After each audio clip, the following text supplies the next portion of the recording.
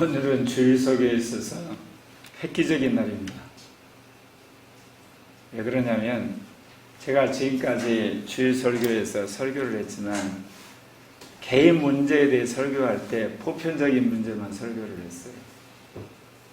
죄라든지 또는 불순종이라든지 심판이라든지 그리고 율법, 원죄, 그리고 육신, 세상, 옛사람, 거짓됨 그런 것들을 여러분한테 계속해서 어떻게 그것이 극복되는가 그런 이야기 드렸죠. 주로 영혼 몸으로 이야기를 했고 마지막에는 신령한 자가 되기 위한 7가지 통로 이야기한 거 기억나시나요? 그 영, 믿음, 그 다음에 마음, 양심, 이성, 몸, 그 다음에 외부와의 관계 이야기했는데 오늘은 우리 개인이 개별적으로 처한 문제를 어떻게 해결할까에 대해서 말씀드리려고 합니다. 그래서 첫 번째 주제가 열등감입니다. 그래서 앞으로 중독이라든지 또는 우월감이라든지 또는 허무함이라든지 이런 주제에 대해서 한 7주 동안 하려고 합니다. 그래서 오순절 부흥회까지 그렇게 해서 우리 공동체 가운데 가장 많이 문제를 일으키는 주제를 가지고 말씀을 드리려고 합니다. 여러분은 다윗이 외모가 잘생겼을 거라고 생각하십니까? 성경을 자세하게 보면 다윗은 외모가 잘생긴 사람이 아닙니다. 오늘날은 굉장히 외모를 중시하죠. 여러분 TV에 아주 미모인 배우가 등장하면 굉장히 마음이 착할 것 같죠? 안 그랬습니까? 근데 결혼했다가 1년도 못 해도 이혼했다는 소식 들으시죠? 저는 이혼한 사람은 이유 불문하고 인격이 별로 안 됐다고 저는 판단을 해버린 사람이에요. 왜냐하면 인간의 인격이란 것은 함께 살아보면서 검증되는 거예요. 사회적이 없어갖고 여러분 인격이 검증되는 거 아니에요. 다윗은 여러분 외모가 출중하고 키가 큰 사람이 아니었어요. 오늘 읽은 말씀의 이제 마지막 부분 제가 읽어드릴게요. 사무엘상 16장 12절인데 이에 사람을 보내어 그를 데려오매 그의 빛이 붉고 눈이 빼고 얼굴이 아름답더라. 여호와께서 이르시되 이가 그니 일어나 기름을 부으라 하시나. 여기 보세요. 그의 빛이 붉고 눈이 빼어나고 얼굴이 아름답다. 그 어디에도 외모가 출중하고 키가 크고 그야말로 잘생겼다는 이야기 없습니다. 이게 뭐를 이야기하느냐? 다윗이 외모에 관한 열등감을 가질 법도 했을 거라는 거예요. 그런데 다윗이 열등감이 아니라 주님 안에서 자족함으로 탁월한 선지자요, 왕이요, 또한 시인이요, 찬양가요, 행정가요, 그런 엄청난 주님의 종으로서 우리가 성경에 기록되고 있는 것을 알게 됩니다. 다음은 네이버에서 열등감에 대해서 설명한 내용입니다. 자, 여기 열등감에 대한 내용 올렸나요? 네. 자, 자기에 대한 주관적인 생각을 한번 보십시오. 주님이 우리에게 원하는 건 가운데 있는 자기 만족입니다. 여기서 자기 만족이라는 것은 육신적으로 만족하는 것이 아니라 주님 안에서 행복하고 그리고 신나고 그리고 기쁨을 누리는 자족감이라고 그러죠. 자족감. 그 말이 차라리 맞겠습니다. 그런데 이제 자족감을 못 누리고 이제 자기가 늘 부족하다는 느낌의 열등감. 그게 만성적으로 주기적으로 나타난 병적이 되면 우울증. 그런데 이제 자기 만족에서 남보다 우월하다고 하면 우월감. 그것이 이제 완전히 병이 되게 되면 무게승계가 교만함이 됩니다. 그래서 오늘 우리가 말씀을 보려고 하는 이 열등감이라는 것은 자족감이 결여된 그런 사람을 이야기하는 거죠. 네이버에서 뭐라고 이야기하냐면 다른 사람에 비하여 자기는 뒤떨어졌다거나 자기에는 능력이 없다고 생각하는 만성적인 감정 또는 의식을 말한다. 개인 심리학에서는 뭐라고 그러냐면 자기가 설정한 인생의 목표와 현상 인식 차이에 한마디로 불쾌감이라는 거죠. 내가 설정한 인생의 목표가 있어요. 근데 현실적으로 내가 이루는 인식 차이에 갭이 생길 때 불쾌감이 있잖아요. 그걸 열등감이라고 그러는 겁니다. 열등감에 빠진 사람은 자기 자신을 무능하다고 무가치한 존재로 생각을 하죠. 그리고 무의식 속에서 자기를 부정합니다. 그리고 합리적이고 이성적이지 못하고 늘 불안 심리를 동반한 그런 이상 행동을 보이죠. 그래서 항상 경제에서 자기는 실패할 것이라는 그런 생각에 사로잡혀 있습니다. 그럼 불안감이 어떻게 나타나나요? 첫째는 어떤 사람들 속에서 어떤 열심의 자각이나 의식만에 그냥 열등감으로 느끼는 경우가 있고요. 좀 심해지면 어떻습니까? 그 열등감이 이루는 그 원인에 집착을 해가지고 푹 빠져가지고 빠져나오지를 못합니다. 그런데 어떤 사람은 열등감의 원인도 모르고 그저 무의식이나 또는 자기 어떤 장애감 또는 어떻게 보면 삶의 무의미함을 느끼면서 그렇게 그야말로 시리에 빠져서 살다시피 하죠. 그런데 이것이 이제 심해지게 되면 어떻게 되느냐? 우울증이라는 병이 오는 걸 아시죠? 그래서 오늘은 이 열등감에 대해서 4가지 열등감을 일으키는 그 원인을 통해서 그걸 어떻게 이제 우리가 믿음으로 극복할까 말씀드리려고 합니다. 첫 번째, 신체적인 이유로 열등감이 생깁니다. 그러니까 아주 기형적인 용모도 있죠.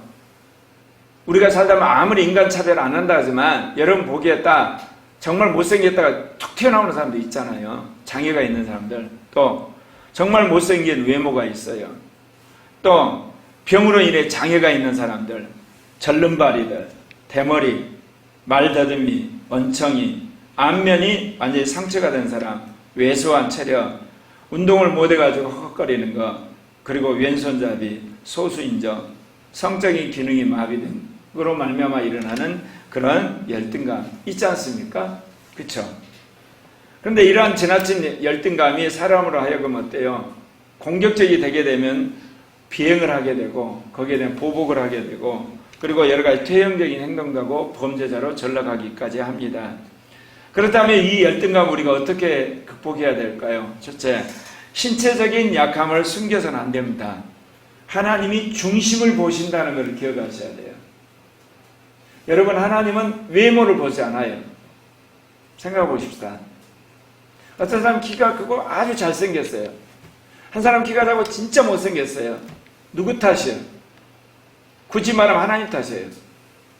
자기가 태어날 때 자기가 아주 잘생기고 키가 건장하게 태어나려고 했나요? 전혀 그런 의지 없어요. 그리고 나는 그야말로 조그맣고 못생겨서 태어나고 누가 하나님이 그렇게 선택했다니까요. 그런 부모와 아이에서 그렇게 태어나게 했는데 그러면 하나님이 외모로 인간을 택하시면 하나님이 아닌 거예요. 당신이 외모에 있어서 아주 잘생기고 미남이라 그랬고 하나는 못생기고 꾀적이 만들어 놓고 하나님이 그거하고 차별을 한다? 그럼 하나님은 아닌 거예요, 여러분. 이건 정확하게 여러분 마음속에 새기셔야 돼요. 하나님은 절대로 외모 가지고 평가를 안 하세요. 인간이 만든 거예요. 특별히 타락한 인간이 그거 가지고 차별하는 거예요. 이것이 우리 머릿속에 지워져야 돼요. 하나님은 어디를 보냐? 우리의 영과 마음을 보신다. 근데 예수를 믿는 크리스찬도 뭐를 보죠? 외모를 봐요. 키를 보고 그리고 신체를 보고 잘생긴 거 보고. 여러분, 예수를 믿고 나서 제가 이날까지 훈련받은 게 뭔지 아세요? 외모나 신체나 얼굴 생긴 것이 아니라 그 사람 마음과 영을 보는 훈련, 그 사람 사상과 철학을 보는 훈련, 그 사람이 가지고 가치관을 보는 거, 그거를 주님이 지금까지 40년 동안 훈련시킨 거예요. 그렇기 때문에 여러분이 가끔 저한테 오래요. 왜 사람을 그렇게 박대합니까? 그 사람 마음 안에 가치관이 문제가 있는데요. 아무리 봉사를 잘하고 잘났고 똑똑해도. 근데 어떤 사람은 외모나 이런 것에 대해서 문제가 많아. 근데도 불구하고 하나님이 붙인 사람이 있어요. 크리스찬 지도자는 어떤 사람이어야 되나요? 우리는 이 땅에서 어떤 업적이나 위대한 일이나 그런 놀라운 일을 하기에 앞서서 하나님의 마음에 합당한 사람을 찾아야 돼요. 그 훈련을 지도자가 해야 되는 거예요. 왜 오늘 한국교회가 이 모양 된 줄 아세요? 외모 출중한 사람, 잘난 사람, 미남, 그런 사람을 좋아해. 우리 청춘 남들 결혼할 때 1순위가 뭐예요? 남자는 잘생긴 사람이래. 여자는요, 돈 많은 사람이래. 그런 사람이 또 크리스찬이래. 내가 심한 이야기 할까요? 열등감을 가진 사람은 자기의 약점이 폭로될 걸 두려워가지고 불안과 공포에 떱니다. 어떤 상황에 직면한 것을 회피하고 가급적 사람들을 눈길을 피하죠. 특별히 얼굴에 어떤 흉터나 이런 것이 있는 사람은 정말 사람들 속에서 같이 지내기를 싫어합니다. 그래서 많은 사람들 눈에 안 띄려고 그 자꾸 구석에 서다 보니까 열등감이 가중됩니다. 여러분, 제가 대머리잖아요. 이 대머리 고칠 수가 없어. 물론 고칠 수 있는데 엄청난 시간과 이루 말할 수 없는 돈을 들여야 되는 거야. 저는 그런 짓 안 하거든요. 여러분, 지금은 대머리인데요, 어렸을 때는요, 제 성이 고예요, 고. 그러니까 친구가 나를 뭐라고 놀렸냐, 얘들이. 동아일보 고바우 아신지 몰라요. 동아일보 만화에 그 주인공이 고바우 있어요. 나를 항상 돌려먹은 거야. 고바우 왔다, 고바우 왔다. 거기다 또 뭐냐, 코도 좀 이렇게 우뚝 서졌잖아. 이렇게 고바우, 고바우. 제가 그랬을 때 어떻게 해결했겠어요? 난 그런 의미에서 하나님 감사를 해요. 내가 고칠 수 없는 것은 제가 그냥 받아들여요. 누가 나한테 대머리라고 놀려도 전혀 제가 열등감 안 느껴. 왜? 이 대머리는 내가 못 고치니까. 못 고치니까 그냥 알아서 가지고 놀든지 뭐 하든지 제자리에다 갖다만 놔라. 그러고 사는 거예요, 여러분. 네, 못 고치는데 어떻게 할 거예요, 이걸. 고칠 수는 있겠죠, 이거다. 그 머리 심고 그러면 어마어마한 돈 쏟아야 되잖아요. 시간 들여야 되고. 또 내가 아는 동기는 가발을 쓰고 다니더라고. 어느 날 봤더니 갑자기 모습이 이상해. 너 가발 썼지? 가발 썼대. 저 안 해요, 그거. 왜냐하면 머리 감을 때 내려놓고 쉬고 끝나고 그거 입으시고 땀 나면 거기서 이상한 거 흐르니까 닦으시고 얼마나 힘들어요. 제 가치관이 뭐냐? 시간을 아끼고 주를 위해서 열심히 살자야. 그러니까 내가 고칠 수 없는 것은 그대로 그냥 놔두고 살아요. 무슨 이야기냐? 주님은 뭐를 보신다? 중심을 보신다. 그러니까 내가 그러면 그럴수록 나는 어떤 사람이 돼야 되겠다? 마음이 깨끗한 사람이 되겠다. 영이 충만한 사람이 되겠다. 그런 가치관을 산다니까요. 여러분도 그렇게 사시기를 바랍니다. 사무엘상 16장 7절에 보면요, 바로 이 말씀이에요. 다윗이 어떤 존재인가를 상대적으로 거꾸로 이야기한 거야. 자, 같이 읽읍시다. 여호와께서 사무엘에게 이르시되 그의 용모 키를 보지 말라. 내가 이미 그를 보냈느라. 내가 보는 것은 사람과 같이 아니하니 사람은 외모를 보거니와 나는 여호와는 중심을 보느니라. 큰아들 엘리압을 보고 이야기한 거야. 사무엘이 큰아들 엘리압이 딱 오니까 야, 제가 하나님이 기름 부은 장차 왕이 될 자고로. 왜? 키도 크고 건장하고 잘생겼으니까 싸움도 잘할 거 아닙니까? 인기도 끌고. 근데 주님 대번에 뭐라고 그러냐? 사람은 외모를 보지만 나는 사람의 마음의 중심 본다. 딱 그래가지고 아니다 그래. 사랑하는 형제 자매 여러분, 여러분이 크리스찬이라면, 여러분이 거듭나서 천국의 백성이라는 가치관을 가지셨다면 외모 문제에 관한 사람들이 뭐라고 하든지 그냥 맡겨두고 사십시오. 아멘? 아멘. 반응하지 말아요. 반응하지 말아요. 반응하지 말아요. 거기에도 반응할 시간이 어디 있어? 적당히 혐오스럽지 않게 꾸미고 다니셔. 또 그렇다니까 크리스찬 배우가 그렇게 해가지고 되겠어요? 당장 잘리지. 그거는 직업적으로 그런 사람은 어쩔 수 없지만 대부분 크리스찬은 그래서는 안 되겠죠? 네. 내가 애들한테 게임 보지 마라 그래요. 근데 크리스찬 프로그래머는 아니 그 게이머는 어때야 되겠어요? 허구한 날 게임해야 되겠죠. 그러니까 직업적으로 하는 것과 일반적으로 사는 것 구분해서 이야기 들으시길 바랍니다. 두 번째, 열등감은 자존심의 상처를 받는 영역에서만 발동돼요. 그렇다면 그렇지 않은 영역이 있는 거예요. 안 그렇습니까? 그거를 꼭 찾아내셔야 돼요. 네. 어떤 사람은 예를 들면 외모에 있어서 키는 작은데 어때요? 얼굴은 정말 잘생겼어요. 안 그렇습니까? 뭐 이렇게 외모는 그런데 사람이 굉장히 손발이 발달해가지고 뭔 일을 하면 기가 막히게 빨리 해치워. 이렇게 신체에서도 열등감이 있는 신체가 있는가 하면 나에게 장점이 있는 신체가 있다고요. 그거를 우리가 찾아야 되는 거예요. 하나님 그렇게 만드셨어요. 근데 우리는 어때요? 어느 것 하나에 정말 어떻게 왜소하거나 어떻게 보면 창피하면 거기에 몰두해가지고 자기 안에 어떤 장점이 있거나 자기 안에 그렇지 않는 그런 부분에 대해서 전혀 고려하지 않고 거기에 푹 빠져버렸다는 거예요. 내가 외모가 남보다 뒤뜰어 고민하기보다 내가 자신감을 찾을 수 있는 걸 찾아내시길 바랍니다. 열등감 때문에 자신이 자꾸 하잘 것이 없는 것 같아도 여러분 자기 자신을 보면서 자신감 있는 것, 잘하는 것 그걸 보면서 여러분 자존감을 회복하시기를 바랍니다.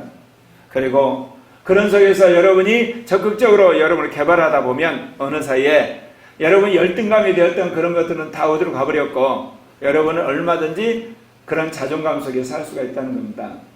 그러니까 제가 이 고바우라는 별명 얻게 되고 그래가지고 놀림당한 게 초등학교 때인데 그때 제가 그렇게 한마디로 정리를 했어요. 내 성씨가 고간데 성씨를 바꾸기 전까지는 불가능하잖아. 그리고 또 재밌는 게 학년이 갈수록 그게 전승이 돼. 학년이 바뀌면 그거 끊어져야 되잖아. 그래서 그것이 고등학교까지 갔다고. 그래서 내가 그거를 단절을 했다고. 그리고 나서 나는 어떠냐? 그 상관없는 사람으로 살자. 여러분 신명기 7장 7절에 같이 한번 읽으실까요? 여호와께서 너희를 기뻐하시고 너희를 택하심은 너희가 다른 민족보다 수요가 많기 때문이 아니라 너희는 오히려 모든 민족 중에 작으니라. 민족적으로도 그랬다는 게 하나님이. 민족적으로 민족을 택하는데 어떤 민족을 가지고 구속의 민족을 택할 건가? 가장 적고 연약한 이스라엘 택했다 그랬잖아. 예. 사랑하는 형제 자매 여러분, 여러분의 어떠한 신체적인 데 핸디캡이 있으십니까? 그럼 하나님 분명히 그거를 나에게 보상한 거 있을 거라 믿으시기를 바랍니다. 특별히 영과 마음이 하나님 보상을 하셨어요. 그걸 여러분 믿으셔야 돼요. 그래야 공평한 거 아니에요? 그 공평한 거 대번에 알아요. 뭐냐? 여러분 장애자들 특별히 뭐냐? 시각장애자들 얼마나 착한지 몰라요. 내가 이야기했죠? 교도소에 없는 장애자가 누구라고요? 시각장애자예요. 다른 장애자들은 교도소에 많아요. 왜냐하면 눈으로 보고 자기가 움직이니까 다 죄를 지는데 시각장애자는 범죄했다가 얼마인가 다 잡혀요. 제가 그거를 교도소 유치원 전도하면서 알게 됐어요. 그럼 뭐를 이야기합니까 여러분? 눈이 안 보이니까 자신이 어때요? 범죄도 안 보이지만 선한 것도 안 보이고 도둑놈도 안 보이고 좋은 사람도 안 보이고 그러다 보니까 그저 그 마음이 깨끗하게 사는 거 아니겠습니까? 세 번째, 주님은 신체적 단점을 극복하기 위해서 다른 대상에서 보상 행동을 하게 해요. 여러분 나폴레옹이 잘생겼다 못생겼다? 에? 키가 무지막지하게 작아요. 왜소해요. 그래서 수많은 사람이 놀렸어요. 자기가 그걸 극복하기 위해서 엄청나게 노력해서 나폴레옹 황제가 된 겁니다. 그리고 여러분 진나라 시골에 건달이었던 유방이 별 볼 일 없는 사람인데 나중에 진시 황제에 대한 열등감을 극복하는 가운데서 결국은 중국의 유명한 최초의 거대한 왕국 한 제국을 건설한 시조가 되지 않습니까? 여러분 신체적인 약점이나 그런 것들은 좀 불편하기는 해요. 그러나 고칠 수 없잖아요. 그 대신 여러분의 영과 마음을 주님 앞에 드리는 여러분 되시길 바랍니다. 그래야 할 때 하나님 분명히 여러분을 붙들어서 쓰시리라 믿습니다. 두 번째, 사회적 요인으로 열등감이 생기는 경우가 있습니다. 결손 가정에서 태어난다든지 아니면 가정의 생활 수준이 낮다든지 또 자기가 다니는 직장이 그걸 평판이 별로 안 좋다든지 또 신분이 인도 같은 데는 이제 아직도 4계급이 있잖아요. 그 이게 천민 출신이라든지 또 가정에 교육 수준이 낮아가지고 자기가 공부하는데 엄마 아빠가 예를 들면 물어보면 영어 수학 못 가르치는 수준, 그런 상황이 있을 수도 있어요. 사회적 환경이. 여러분 안 그렇습니까? 그럴 때 여러분 이러한 인간관계의 알력이나 비천함 또는 가난함, 그런 것 때문에 여러분 정서에서 늘 그런 어떤 여러분 열등감을 느끼실 수 있는 거 아니겠습니까?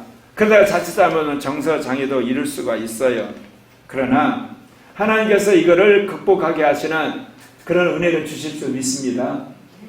여러분, 열등감은 특별히 출세주의 경쟁 가운데서 그게 두드려져요. 왜냐하면 비교가 계속되잖아요. 시험을 보게 되고 그리고 테스트를 하게 되고 계속해서 경주를 하다 보니까. 그런데 주님은 믿음 안에서 자기 자신에게 준 비전을 성취하는 자가 되기를 원하시는 거예요. 주님은 우리를 경쟁하는 자로 부르지 않았어요. 성취하는 자로 부르셨어요. 아멘입니까? 오늘부터 여러분 가치관 바꾸세요. 여러분은 경쟁하는 자로 부르는 게 아니라 성취하는 자로 불렀어요. 생각해 보십시다. 목사들끼리 경쟁하면 어떻게 되겠습니까? 우리나라의 주자와 목사가 뭐 20만 대 30만 있다는데, 그러니까 목사들 1등부터 30만 이거 하니까 목사들 스트레스 받아서 목사가 암을 걸리죠. 세상에 주님이 그렇게 부르셨습니까? 부르시지 않았어요. 주님 목사들에게 30만을 불렀을 때 전부 어때요? 30만 개 사역으로 부른 거야. 자기 영역에서 1등하라고. 그게 목사의 정체성이라니까요. 그런데 목사들은 똑같이 한국 문화처럼 무슨 입시처럼 1등부터 꼴찌까지 등수 매겨가지고 1등인 목사는 흔히들 말하면 한마디로 가오잡고, 30만 등 된 목사는 완전히 쥐구멍으로 들어가서 살고, 목사를 그만두지 왜 목사가 됐습니까? 참 불행한 사람이에요. 여러분 목사가 되시려면요 열등감부터 해소하셔야 돼요. 반대로 또 뭐 또 해소해야 되겠어요? 우월감. 그저 자족감 속에서 주님한테 행복하게 사는, 그러면서 남을 섬기는 사람 돼야 되는 거 아니겠습니까? 그럼 목사만 그래야 되나요? 장로, 집사, 권사, 그야말로 교인 모두가 그래야 되는 거예요. 그럼 어른 크리스찬만 해야 되나요? 청년 크리스찬, 청소년 크리스찬, 어린이 크리스찬도 그리셔야 된다니까. 성공과 실패라는 것, 적군과 아군, 그 다음에 모두가 아니면 그야말로 전무라는 식의 그런 이분법적 사고, 그리고 똑같은 룰 속에서 1등부터 꼴찌까지 만드는 그런 문화 속에서 살다 보면 이러한 열등감이 더 심화되지 않겠습니까? 그러나 성경은 뭐라고 이야기하냐? 골로새서 1장 29절 한번 같이 읽을까요? 시작. 이를 위하여 나는 내 속에서 능력으로 역사하는 이의 역사를 따라 힘을 다해 수고한다. 뭐를 따라 최선을 다한다? 능력으로 역사하는 주님을 따라서 열심히 한다니까. 내가 1등을 하기 위해서 열심히 하는 게 아니라니까. 능력을 주신 하나님을 따라서 열심히 하는 거야. 내일도 또 열심히 해. 또 그 다음도 주님을 따라 열심히 해. 그러다 보면 어때요? 주님이 어쩌다 1등 할 수도 있겠지. 또 1등 안 해도 어때요? 열심히 할 능력 안에서 열심히 했는데. 그리고 객관적으로 봅시다. 200명이 있다. 그러면 세상은 1등부터 200등 점수를 매길 거 아니에요. 그럼 하나님이 그 섭리를 인정을 해야 되지. 결과적으로는. 그러면 200등 되면 날마다 여러 번 투정하면서 자아가면서 살래요? 그럼 1등 되면 항상 이게 뻐기면서 의시되면서 남 위에 굴리면 사실래요? 여러분 주님이 주신 능력 안에서 최선을 다하는 여러분 되시길 바랍니다. 내가 늘 자양스럽게 하는 이야기 했잖아. 지금 그런 검사도 안 한대. 내가 어느 날 어떻게 보면 내가 학책부를 봤어. 생활기록부를. 내 아이가 113이더라고. 내가 강주이고 다닐 때인데. 거기는 천재들이 오는 학교거든. 아이가 내 친구들 150이고 뭐 140이고 그래. 130이고. 그래서 나는 그래도 못해도 난 한 120이나 그래도 되겠지 했는데 113이야. 골 때리더라고. 내가 그걸 딱 보고 나서 열등감 빠졌을 것 같아요. 그래 113은 113이지 뭐. 그렇다고 해서 내가 기가 죽었냐? 안 죽었지. 열심히 하면 되지 뭐. 그래요. 그래서 지금 내가 어린아이들, 청소년들한테 그 이야기해요. 성적이 안 나왔다. 그래, 안 나왔구나. 그 다음 또 오면 되는 거예요. 안 나온 거야, 그냥. 안 나온 거야. 그럼 또 해. 근데 좀 좋아졌어. 좀 좋아졌구나. 또 해. 그러다가 또 푹 떨어졌어. 또 떨어졌네? 또 해. 그럼 올라간다니까? 아멘. 근데 우리가 항상 무슨 시험을 보든지 무슨 일을 하든지 뭐를 하면 월급이 얼마야? 시험에서 몇 등이야? 어떻게 됐어? 그것이 누르고 있어, 눌러. 공부할 때도 누르고, 뭐를 할 때 누르고, 밤날 누르가, 그 누른 것 때문에 더 노력을 못 하는 거야. 그렇잖아요. 공부를 하다가 시험 점수 안 나올 텐데. 떨어질 텐데. 나 이제 잘리는 거 아니야? 그 고생할 때 노력하시라고. 아멘? 그 생각할 때 기도하시라고. 아니, 그렇다니까. 내가 어린이들한테 청년들 늘 하는 이야기 있어. 너희들 신앙이 올바로 가지고 믿음 안에서 여러분이 성취하는 사람을 얘기하면 크리스찬 승리하게 돼 있다. 왜? 세상 애들은 열심히 공부하다가 수법으로 가요. 열심히 하다 연애에 빠져요. 열심히 하다가 가서 게임해요. 열심히 하다가 어때요? 엄마 아빠가 싸워가지고 안 하겠다고 가서 친구 집에 가서 안들이 가출을 해버려. 근데 어때요? 정상적인 크리스찬은 어때요? 오늘 또 기도하고 내일 또 노력하고 모레도 자기 반성하고 계속 가. 누가 이겨? 크리스찬이 이기게 돼 있다니까. 그런데 크리스찬도 요즘 젊은 크리스찬들 어때요? 청년들 같은 경우 가끔 한잔 하셔. 또 안 되면 가서 연애도 하고. 그리고 또 안 되면 뭐냐, 자포자기 해가지고 일단 넋 놓고 있고. 또 안 하면 이게 쉽게 말해서 나무고 싸우고. 뭐요? 크리스찬은 이름뿐이지 실제로 크리스찬이 안 된 거야. 그러니까 세상 사람들 알고 게임하면 지지. 네. 교회 왔는데 건성이 앉아가지고 시간 보내지. 성경 큐티한다 하는데 제대로 앉지. 나름대로 어때요? 사업하는 사람 같은 경우는 어때요? 주일날 쉬지. 포함 제건 다 재는데 주님 안에서 능력을 못 받으니 세상 사람하고 싸워서 깨지지. 그거에 제대로 믿어가지고 하나님도 능력을 공급받아야지.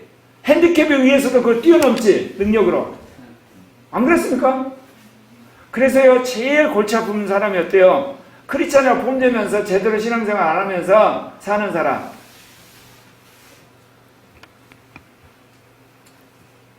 둘째, 사회적 요인으로 인한 열등감은 모든 세대가 다 가지고 있어요. 반드시 해결할 길이 있어요. 아멘? 제가 이렇게 확신 가지고 하는 이야기 하나 있죠. 지식 문제에 관하나, 신학적인 문제에 관하나, 사상에 관한 문제, 정보에 관한 난 절대로 낙심하지 않아요. 분명히 뭐는 있다? 해답은 있다. 길은 있다. 해결책은 있다.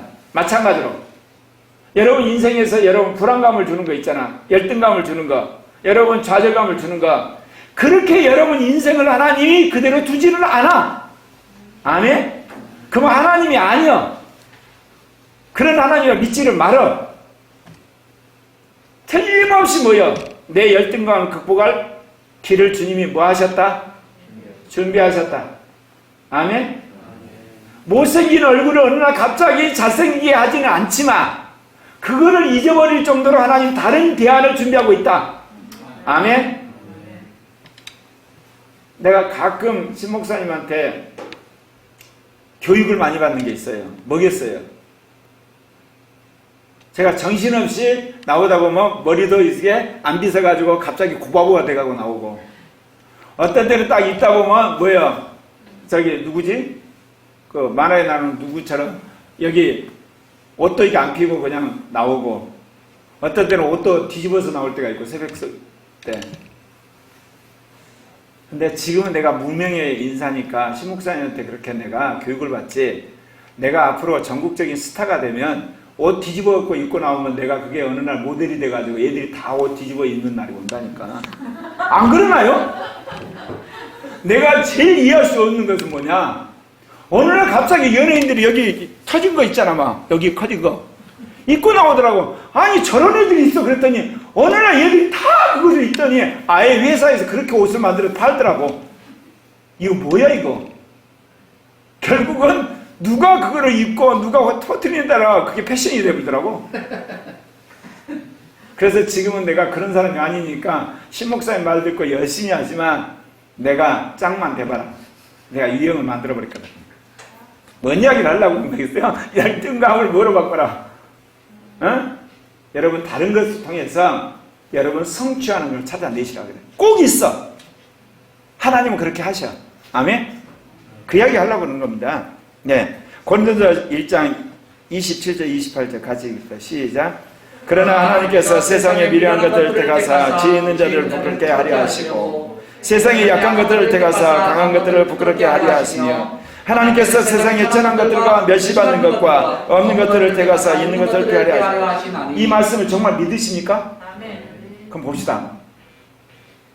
하나님은 잘난 사람한테 영적인 은혜를 더 많이 주시겠어요? 못난 사람한테 영적인 은혜를 더 많이 주시겠어요? 못난 사람한테 더 많이 주는 거예요, 여러분. 이 말이 그 말이가 지금 이 말이. 근데 성경을 읽어도 그거 그냥 지나가. 그러면서 어때요? 잘나기만을 생각해. 유명해지기만을 생각해. 그러면서 어때요? 우리 집안에 왜 가난해? 왜 나는 못생겼어? 나는 IQ가 그 모양이야? 그런 사람을 하나님 쓰겠대. 누구를 통해서? 예수를 믿고 난 다음에 성령이. 아멘? 그래서 내가 늘 하는 이야기 했어요. 지금은 좀 달라졌어. 예전에 대한민국 직종 중에서요, 학벌에 관계없이 성공할 수 있는 직종이 뭐였어요? 목회였어요. 문교부허가 나지 않는 신학교를 나와서도 열심히 기도를 하고 말씀을 전하고 능력을 받았더니 세계 최대의 신학교를, 아니 교회를 세워서 누구? 조영기 목사님. 조영기 목사님 여러분 정식 학기가 고등학교야. 대학교 저기 없어. 고등학교도 야간학교인가 뭐 그래. 목회하는데 무슨 학벌이 무슨 소용이 있냐고. 한글만 읽을 줄 아면 돼. 성경만 읽고. 근데 그분이 성경만 한글을 읽는 게 아니야. 영어 성경을 가지고 다니면서 찢으면서 영어 공부해가지고 전 세계를 돌아다니면서 영어 설교했다는 거 아시나요? 우리는 밤낮 할 일이 없으면 부모 탓하고 환경 탓하고 나라 탓하고 집 탓하고 그래. 누가? 예수 믿는 사람이 간판 내려. 성경에서 지금 뭐라고 이야기했어요? 정반대로 이야기해. 뭐라고 그래요? 세상에 미련한 것 택해가 지혜롭대. 부끄럽게 한데 미련한 걸 택해갖고 IQ 낮은 자를 통해서 IQ 높다고 하는 사람 부끄럽게 하겠다 그 이야기야 이게. 그 다음 뭐라고요? 세상에 약한 것들을 택하사 강한 장의자를 들어서 내가 그야말로 썽썽한 사람 부끄럽게 만들겠대. 뭐로? 영적으로. 또 천한 것들을 해서 상놈을 하나의 은혜를 줘가지고 양반을 부끄럽게 만들었다는 이야기야 이게. 그래서 그리스도의 복음이 들어가게 되면 어떤 줄 아세요? 사회 부조리가 없어져요. 그리고 사회 계층이 이게 완전히 흔들어져요. 문화가 혁신이 일어나게 돼 있어요. 왜? 이러니까. 하나님이 이렇게 역사하니까. 그럼 교회가 언제 타락할까요? 석박사 되는 사람들이 괜찮은 교회에 담임 목사로 오면 교회 타락해요. 타락한다니까. 이게 성경이 그렇게 안 돼 있다니까 이게. 여러분 석박사는 목사님 중에 겸손한 사람 봤어? 겸손한 목사님 있으면 나한테 말해봐. 가뭄에 콩나. 가뭄에 콩나. 그럼 목사님 겸손하지 않다. 그럼 그 목사님의 설교와 모든 사역이 영적일까? 웃기시네. 잠시 설교는 잘할지 모르지만 그 영이 흘러가. 그 영이. 교인들이 다 교만하고 다 잘난 체하고 돈이나 있으니까 고개 뻗대고. 그래서 한국이 지금 이렇게 돼버린 거 아니야? 우리 성경대로 믿자고. 아멘? 지금 내가 억지 이야기했어? 여러분 사도 바울 같은 사람, 모세 같은 사람은 아주 독특한 소수야. 교회 대다수는 항상 뭐야? 못나고 가난하고 무식하고 별 볼 일 없는 사람에게 하나님 은혜가 쓴다니까. 아멘. 아멘? 근데 가끔 그런 유별하는 사람을 쓰냐면, 왜 쓰냐면 세상에 있는 자들하고 대적을 하려면 세상의 문화를 알아야 돼. 세상의 정치도 알고 경제도 알아가지고 교회를 이끌어가야 되잖아. 지피지기. 그래서 그런 사람 가끔 써. 그러지 교회 역사에서 그런 사람이 부지기수로 많지 않아. 그 여러분 절대로 거기에 현혹당하지 마라. 하나님 교회의 대다수 지도자는 밑바닥 사람들이야. 고난 속에 산 사람들, 못난 사람들을 하나님 은혜 줘가지고 두들겨 패가지고 그리고 훈련시켜가지고 하나님 계층 상승시키죠. 실제로 그랬어. 처음 오순절 운동이 일어나니까 여러분 성령 운동을 처음에 어느 계층이 했겠어요? 아주 거룩하시고 그야말로 존엄하시고 그야말로 잘생기시고 돈도 많으신 그런 목사님과 장로들이 방언운동 했겠어? 완전히 찢어진 사람들, 가난한 사람들, 갈 바 없는 사람들이 성령 받고 방언하고 열심히 기도를 했어. 그러니까 사람이 깨끗해지잖아. 진실해지잖아. 그리고 계층 상승해서 자녀 때 뭐가 되냐? 재벌들이 나오기 시작한 거야. 국회의원이 나오기 시작하고. 왜? 계층 상승한 거라니까. 2000년 교회에서가 그걸 말해요. 한국도 마찬가지예요. 근데 한국 교회가 어떻게 됐어? 예수를 믿어도 계층 상승이 안 일어나. 그러면 예수를 제대로 못 믿어서 그런 거예요, 여러분. 제대로 믿으면 계층 상승이 일어나게 돼 있어. 그러면 기존의 교회 목회자와 장로들이 잘못 가르친 거야. 왜? 성령 안에서 성경대로 가르친 게 아니고 종교적으로 가르치니까 계층 상승이 안 일어나지. 그럼 여러분 생각하는데 어떻게 계층 상승? 위에서 잘난 사람 하나 내리치거든, 나중에. 그렇지만 내려버려요. 겸손한 사람 하나 올려버려요. 안 그래? 예전에 우파가 어때요? 잘났지? 그래 잘나가고 권력을 잡았잖아. 그러고 거들어버리니까 하나님 망하게 해가지고 좌파가 잡았잖아. 근데 여러분 어때요? 좌파가 잘난 체니까 또 끄집어 내리잖아. 그러면서 한국은 굉장히 복받은 나라야.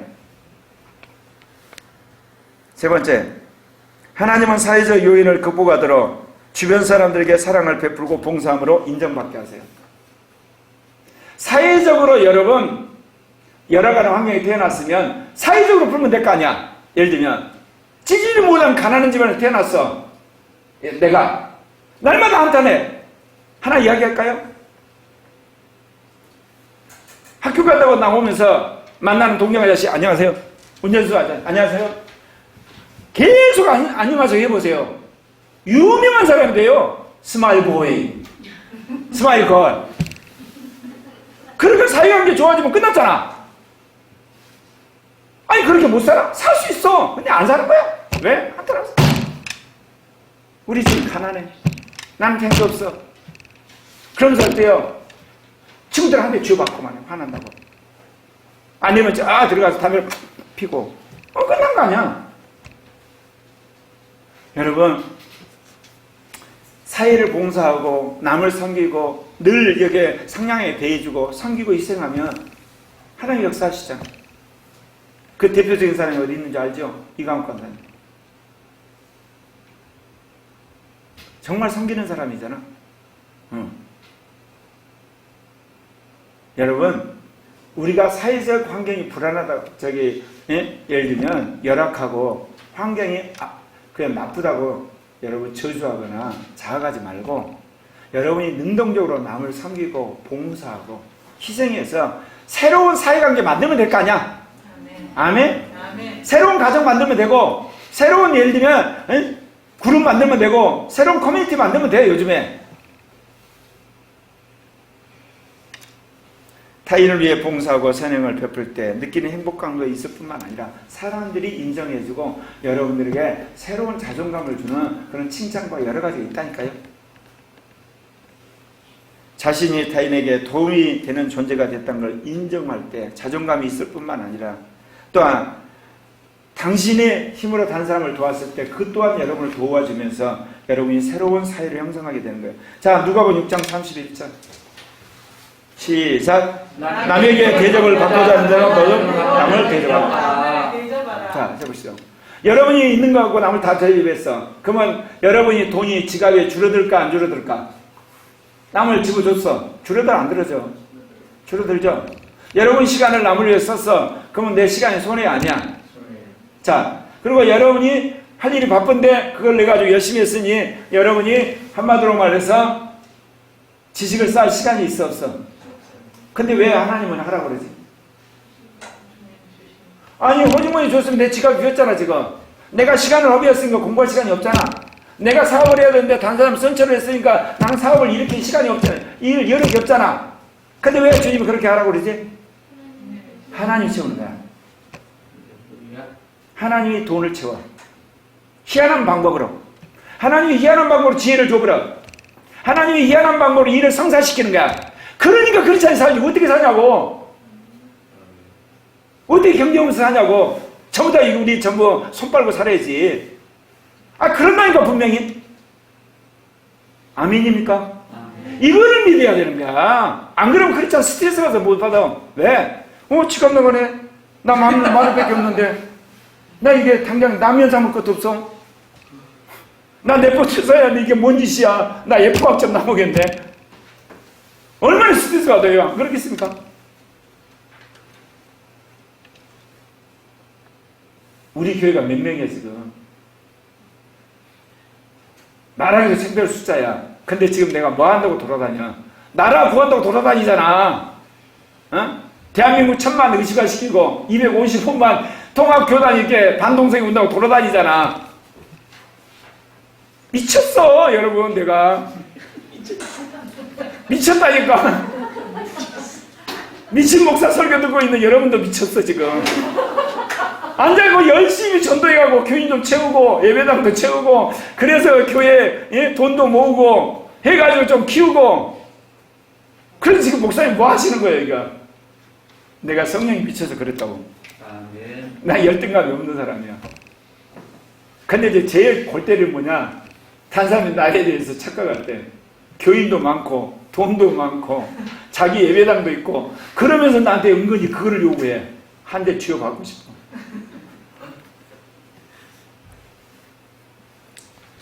세 번째, 정신적 이유로 열등감이 생긴 경우가 있어요. 지적 능력이 떨어질 때. 그 다음에 여러분 학업 성적이 부진할 때, 또는 성격 조절이 잘 안 될 때, 또는 언어상에 능숙하지 못할 때 굉장히 여러분 열등감 느끼잖아요. 그런데 첫째, 성령은 열등감을 부정하거나 무작정 이기는 걸 원하지 않으세요. 먼저 열등감을 이루는 정신적인 요인을 찾아서 그거를 인정하기를 원하시는 거예요. 그래야만 자기 진단이 되는 거거든요. 그럴 때 성령이 역사하는 거야. 왜 오늘 한국의 크리스찬들이 자기들 나름대로 신앙생활 열심히 한다고 그러고 그런데 왜 복을 못 받아요? 시편 19편 7절부터 8절 같이 읽겠어요. 시작. 여호와의 율법은 완전하며 영혼을 소송시키며 여호와의 증거는 확실하여 우둔한 자를 지혜롭게 하며 여호와의 교훈은 정직하여 마음을 기쁘게 하고 여호와의 계명은 순결하여 눈을 밝게 하시도다. 그렇게 우리를 바꾸세요. 또 두 번째입니다. 주님과 관계없는 완벽한 나가 아니에요. 주님 안에서 은혜로 나의 정체성을 찾으셔야 돼요. 아멘.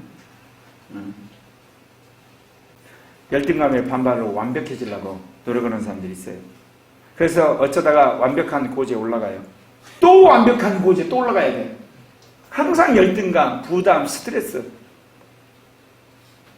서울대에 들어갔더니 또 천재들이 있어. 그게 나중에 어때요? 하버드 갔더니 또 어디 있어? 그러다가 자살하잖아. 여러분, 우리는 주님 없는 완벽한 자가 아니야. 네. 주님의 은혜 안에서 완벽한 자야. 아멘. 아멘. 내가 이거를 알았기 때문에 이렇게 자조금을 사는 거예요, 여러분. 주님 안에서 완전한 자로 내가 살지 않았더라면 이렇게 어떻게 나라를 구한다고, 교단 구한다고, 한국교회 나간다고 가서 KBS 앞에 가서 오고, CBS 앞에 가서 오고, NCC가 앞에 가서 데모를 하냐고, 동성애 이렇게 차별금지법 폐지하라고.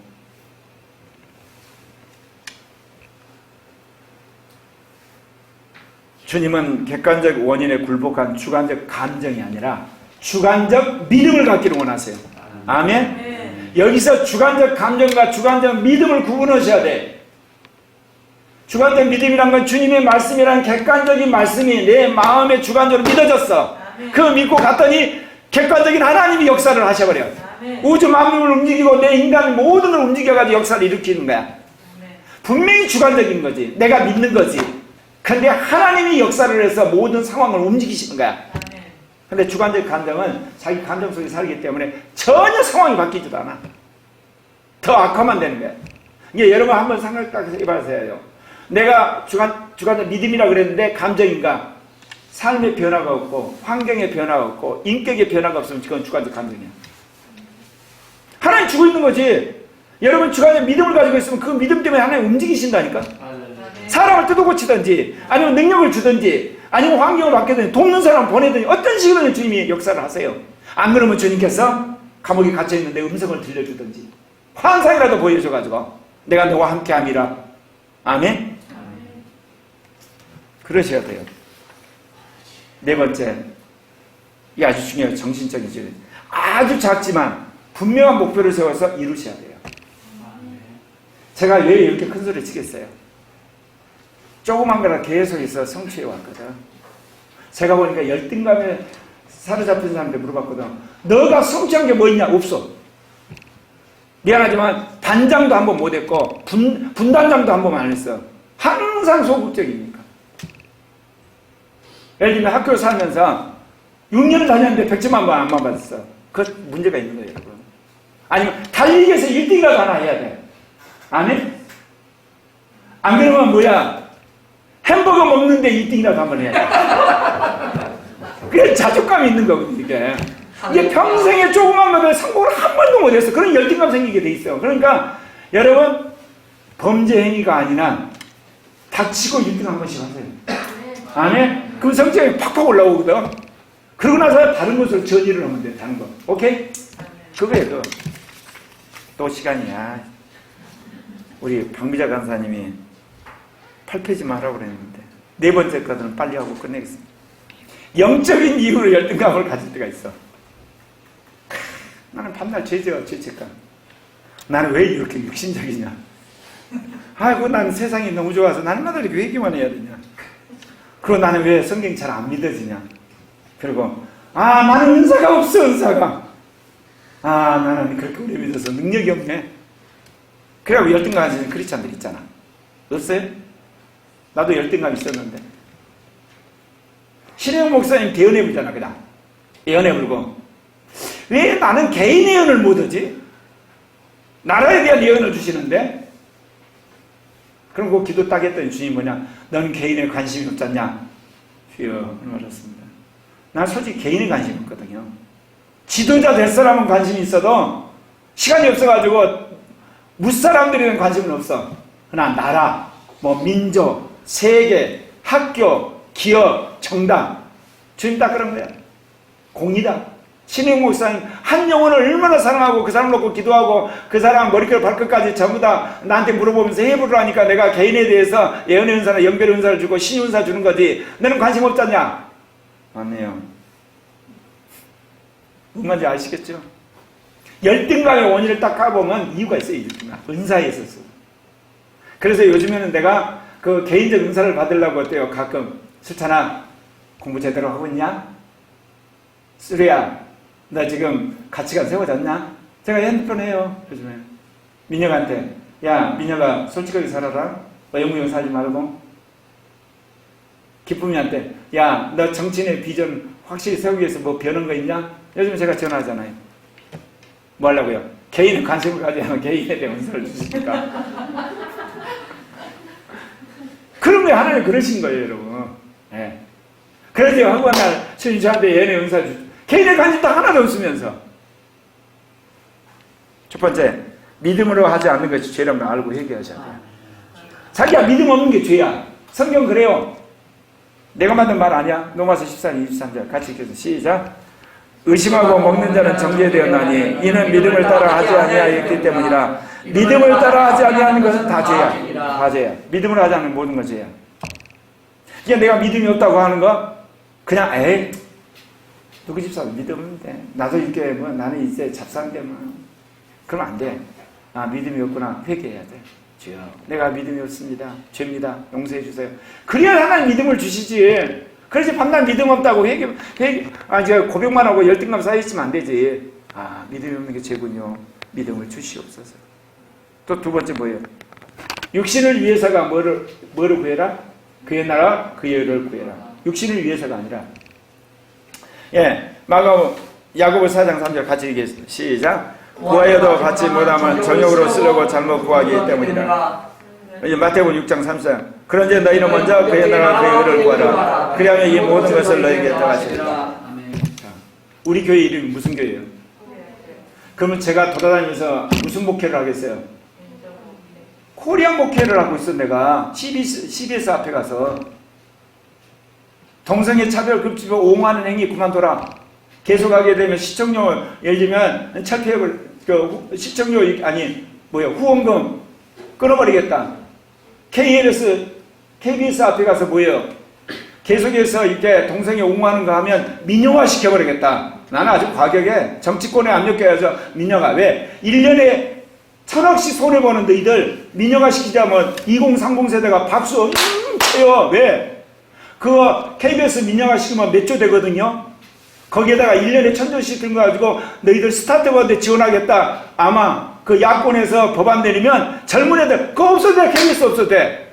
요즘에 아주 스타트업들 그리고 SNS 얼른 발달됐으니까 KBS 없애. 안 그러겠어요? 내가 가서 지금 KBS 앞에서 뭐 하고 있다고? 민정목회. 알란가 몰라?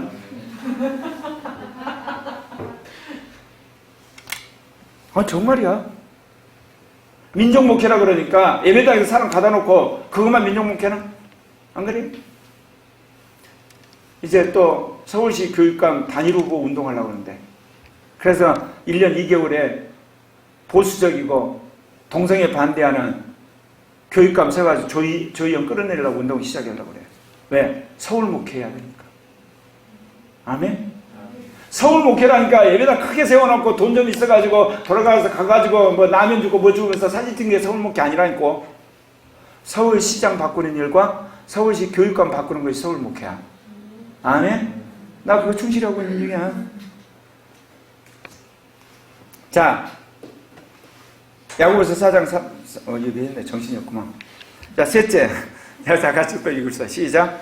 자신을 위해서가 아니라 사람을 따라 은사를. 네. 여러분이 왜 열등감을 갖게 되냐? 이기적에서 열등감 갖게 하나 만드는 거야. 야, 니를 위해서 은사 구하는데 내가 너한테 주겠냐? 너같이 이기는 주면 너 가가지고 돈이나 벌고 돌아다니면서 가오나 잡으면 돼. 야, 사람 좀 대라. 그러고 나서 은사 구하라. 그럼 내가 주지. 그 이야기야 이게. 좀 겸손해져라. 이타적이 되라. 자, 마태복음 6장 33절 아니지. 고린도서 14장 1절. 고린도서 14장 1절. 사랑을 추구하며 신령한 것을 청하되 특별히 예언을 알아봐라. 사랑을 따라 구하라 그랬잖아요, 여러분. 네. 여러분, 제가 왜 이렇게 목회하겠어요? 하나님 나라를 코리아 목회. 코리아의 모든 교회를 개혁한 제2종교계의 사명자를 부르셨어. 5,300만 이 민족을 변화시키고 합쳐서 한 8천만 되는 이 코리아, 더나 45가 아시아, 77억 세계 교회를 변화시키려면 여러분 열심히 전도해가고 예배당 채워서 가능하겠어 이거? 조용히 목사 70만 해도 안 됐다니까. 내가 석박사 돼가지고 무슨 저기 하버드 가가지고 신학박사 하면 그게 되나? 불가능해. 그거 안 돼. 내가 40년 이렇게 뻑뻑 기면서 주님 순종하는 게 뭔 건데 하나님이 나에게 민족과 아시아 세계를 변화시킨 영적인 권세를 달라고. 그날을 기다리면서 순종하는 거야. 그래서 서울 목회하기 위해서 서울시 교육감 조의원이 끌어내리고 오는 운동하는 거고, 민족 목회라는 게 KBS 앞에 가서 하는 거고, 그리고 민족 목회하니까 대통령 하나님 기뻐하는 사람 세우려고 하는 거고. 근데 소갈머리 없는 사람들이 뭐라고 하는지 알아 나한테? 그런 거 목사님 하지 마세요. 그런 설교 하지 말라고. 정신 나갔어. 코리아 교회인데 민족 목회해야 될 거 아니야. 민족 목회하는데 대통령 뽑는데 내가 간섭 안고 되겠어? 그렇다고 해서 내가 뭐 가가지고 국회 놓고 무슨 장관 했던 거 아니야. 적어도 대통령 뽑는데 영향력 어떤 식으로 해야 될 거 아니야. 안 그래요? 민족 목회하니까 국회 뽑는데, 그리고 민족 목회해야 되니까 검판사들 바르게 하는데 뭔가 얘기해야 될 거 아니야. 근데 지금은 내가 무명의 인사니까 내가 할 수 있는 한 해야 되지. 나중에 교회만 커져봐라. 교인 10만 명 데리고 제가 청와대 앞에 데모해 볼 거예요. 왜? 남북한 GP 철폐를 했다. 그런 일이 벌어진다면. 나라 근간을 건드는 일을 하는데 그대로 놔둬? 이제 말씀 마치려고 합니다. 여러분, 열등감은 다 누가 만든 거다? 자기가 만든 거예요. 누구 꼬임 때문에? 마귀 꼬임 때문에. 그러면 열등감 극복은 누가 시켜준다? 하나님이, 구체적 성령이 말씀을 통해서 아멘? 받아들이면 극복이 돼요. 길은 반드시 있어요. 아멘. 기도합시다.